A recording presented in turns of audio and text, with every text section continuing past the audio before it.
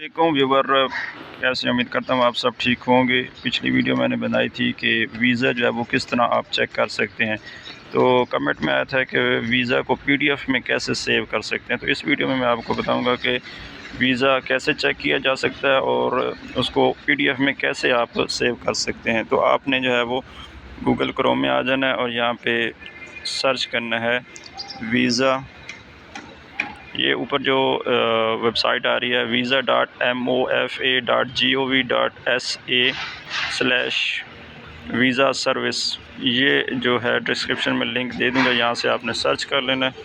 Search करने के बाद नीचे आपने आना है और यहाँ पे फ़र्स्ट वैल्यू पे आपने पासपोर्ट नंबर सेलेक्ट कर लेना है।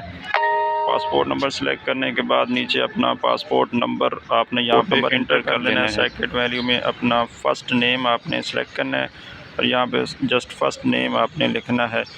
जैसे अगर आपका नाम मोहम्मद ज़मान है तो आपने सिर्फ मोहम्मद लिखना है, ठीक है। इसी तरह नेशनलिटी, आपकी जो भी नेशनलिटी है वो आपने यहाँ से सेलेक्ट कर लेनी है। पाकिस्तान, मैं पाकिस्तान से हूँ तो पाकिस्तान सेलेक्ट कर लिया। उसके बाद हमने सिंपल नीचे इंक्वायरी पे क्लिक करना है। इंक्वायरी पे क्लिक करेंगे तो हमारा जो है वो वीज़ा नीचे शो हो जाएगा। उसको हमने पीडीएफ में सेव कैसे करना है, तो सेव करने के लिए ये 3 डॉट पे क्लिक करेंगे और शेयर पे क्लिक करेंगे। ये सामने शेयर का ऑप्शन आ रहा है, यहाँ पे शेयर पे क्लिक करना है। उसके बाद आपके पास यहाँ पे ये प्रिंटर का ऑप्शन है आ रहा है, तो यहाँ पे प्रिंटर भी कर सकते हैं। नीचे अगर आपके पास यहाँ पे प्रिंटर का ऑप्शन नहीं आ रहा तो आपके पास क्लियर स्कैनर एप्लीकेशन होगी, वो आपने अगर नहीं है तो प्ले स्टोर से डाउनलोड कर लेनी है। उसमें भी आप कर सकते हैं सेव एज़ पीडीएफ, या आपने प्रिंट पे क्लिक करना है।